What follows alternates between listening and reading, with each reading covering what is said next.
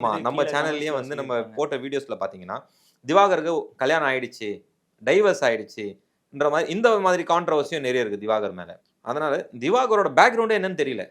இவர என்ன வெரிஃபை பண்ணி உள்ள எடுத்தாங்கன்னா, இவர் வந்து ஒரு பிசியோதெரபிஸ்ட். அங்க கேட்ட கேள்விக்கெல்லாம் அவர் சரியா பதில் சொன்னாரு. சொல்லி நாங்க உள்ள எடுத்துட்டோம். அப்பனா நீங்க டாக்டர் திவாகர உள்ள எடுத்தீங்கன்னா பரவால்ல. வாட்டர்மெலன் ஸ்டார் திவாகர்ல உள்ள எடுத்திருக்கீங்க. அப்போ நீங்க யார ஏமாத்துறீங்க? உங்க டிஆர்பி விஜய் டிவி என்ன அவ்ளோ கேவலமா போயிடுச்சா? திவாகர வச்சு தான் உங்க டிஆர்பி ஏத்தணுமா?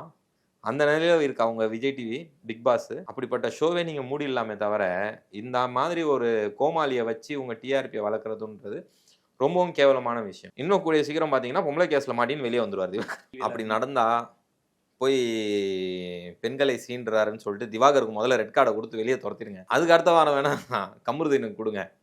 ஏன்னா, முதல்ல வெளிய தொரத்த வேண்டிய 2டே பேர் வந்து திவாகரும், அரோராவும் தான்.